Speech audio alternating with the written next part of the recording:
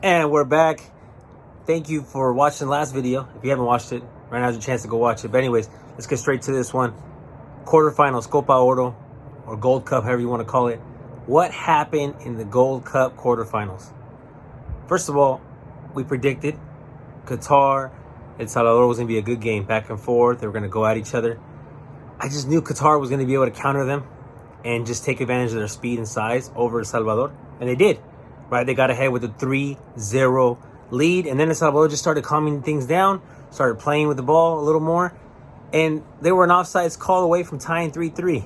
You know, so a heartbreaking loss for El Salvador, which nothing to be embarrassed about. Came out hard in this Copa Oro. Really shocked everyone, I think, more than Qatar, at least to me. Because Qatar, at least we've seen them do things in their conference, right? Or, sorry, in their confederation. I'm already getting used to U.S. sports. But, yeah, they did really well in the Asian Cup, right? The Asian Cup champions. They've been to Copa America before. So they might not have a strong tradition or history, but their league is getting there. I mean, they bring in big-name players. So it wasn't a shock to me that Qatar was going to do that. I was just more shocked that El Salvador was going to turn things around that quickly. So shout out to them and Hugo Perez, like I said last time.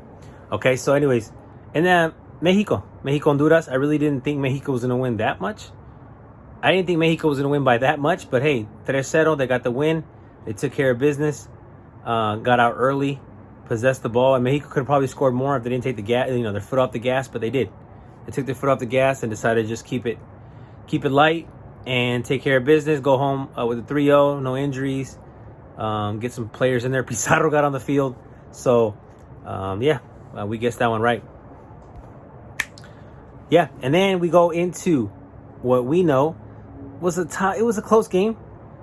Canada and Costa Rica, really close game. Costa Rica just didn't show enough to go win the game.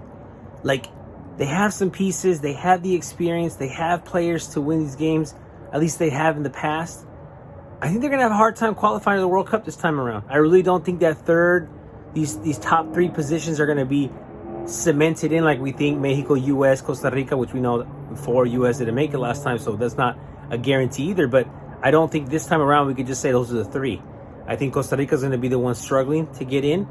And we'll talk about that, who I think is going to qualify to the World Cup later on. But if you want to hear that, it is on the podcast, Football Theory. We've talked about it before. Make sure you're following that on Spotify, Apple Podcasts, anywhere you listen to your podcast, Football Theory, Instagram and Twitter, Football_Theory. And then you can follow me as well at Sasha Guti on all platforms. And the links are right here at the bottom. Make sure you hit that subscribe button. Make sure you hit that like button. But anyways, let's keep on with the video. In the last game, U.S.-Jamaica. I predicted Jamaica. My son also chose Jamaica. But Jamaica just had the chances, almost like they didn't want to win the game, to be honest. They had the ball. They created opportunities. They didn't score when they had the chances, and pretty much, obviously, that's soccer, right? That's football. You create you create the opportunities you have, and you put them away. Jamaica didn't do that. They had a couple of first 20 seconds they could have scored a goal. They just didn't. They just didn't score the goal, and that's why they didn't win. I know it sounds kind of like, okay, dude, that's soccer. I know, but they just didn't score the goal. That really is the only thing that stopped them. U.S. Scored off of Andre Blake mistake. He came out really bad, even though he was doing really well the entire game. He was killing it in the goal. Messed up on that one, and that's just, one error can cost you the whole thing, and that's what it did for Jamaica. So I see them probably skating in, probably messing around with that fifth position, maybe sixth World Cup qualifying time. I think it's gonna be hard for them to win road games, but they have a strong roster. They have guys that didn't get called, guys that didn't come, right? They got Antonio from Newcastle. That guy Antonio from West Ham, and other players. So Jamaica could get better. El Salvador is starting to get better. Costa Rica is kind of floating on the way down, but they can do is maybe like squeak away some wins and some ties and get those points they need to be in the top 3 spot. So we'll see how that goes in the fall. So anyways, yeah. Top 4.